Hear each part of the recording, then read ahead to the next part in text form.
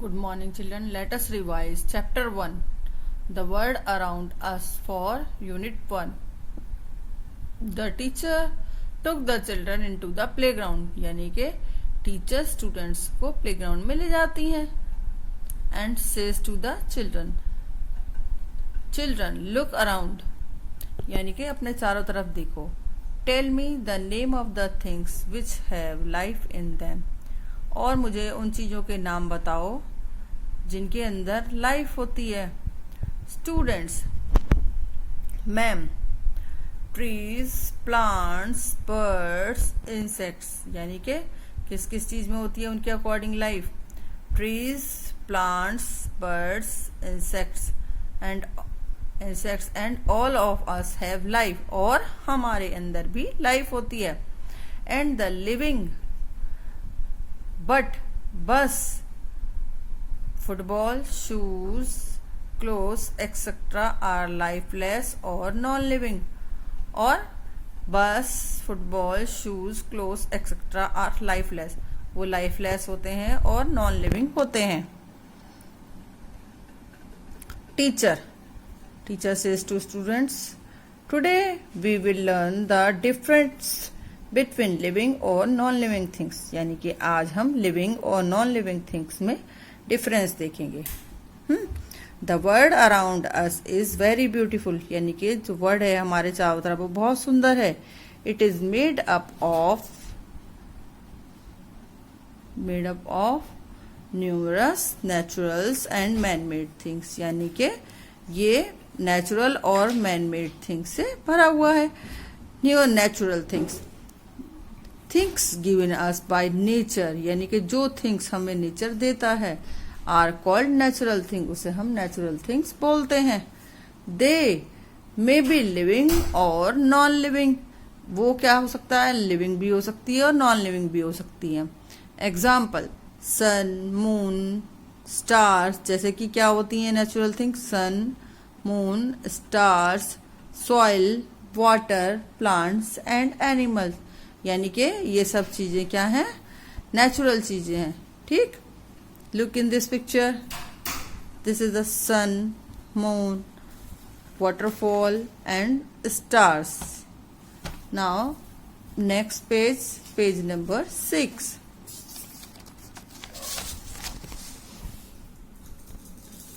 Now man-made things. Things made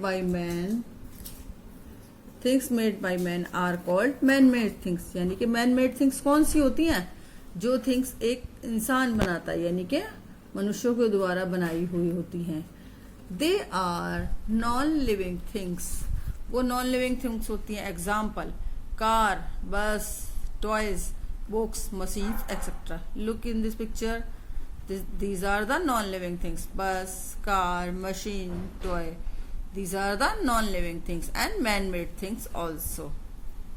Next, features of living things. यानी कि living things के features क्या होते हैं? क्या क्या qualities होती है living things में? Living and non-living things are different from one another. यानी कि जो living things होती हैं और non-living things होती है वो एक दूसरे से different होती हैं. कैसे होती हैं? Now, living things breathe. यानी कि ऑल लिविंग थिंग्स ब्रीथ. यानी कि जितने भी लिविंग थिंग्स होती हैं वो सांस लेती हैं. All living things need air. यानी कि जितने भी लिविंग थिंग्स होती है उन्हें एयर की जरूरत होती है टू लिव, जीवित रहने के लिए. Human beings breathe. यानी कि जो मनुष्य ब्रीथ करते हैं, सांस लेते हैं, इन थ्रू नोज. अपने अंदर जो सांस लेते हैं वो नोज के थ्रू लेते हैं. Fish breathe through gills. जो फिश ब्रीथ करती है, सांस लेती है, वो गिल्स के थ्रू लेती है. Plants breathe through tiny holes. यानी कि प्लांट से ब्रीथ करते हैं जो उसके अंदर टिनी होल्स होते हैं. In the leaves called stomata. जिसको हम स्टोमेटा बोलते हैं, उसके थ्रू ब्रीथ करती है. Insects breathe through air holes. Insect कैसे ब्रीथ करते हैं? उनकी जो बॉडी के ऊपर एयर्स होती हैं, वो बॉडी के insect breathe through air holes. उनके अंदर एयर होल्स होते हैं, हवा से भरे हुए होल्स होते हैं. ऑन देयर बॉडी के अंदर जो होल्स होते हैं उसके थ्रू एयर लेते हैं. Non living things do not breathe. लेकिन नॉन लिविंग थिंग्स जो होती हैं वो ब्रीथ नहीं करती हैं. उन्हें सांस लेने की जरूरत ही नहीं होती. क्यों? क्योंकि उनके अंदर लाइफ ही नहीं होती है, ना वो उनके अंदर लाइफ नहीं होती, वो ब्रीथ नहीं करती, ना वो चलती हैं, ना वो फिरती हैं।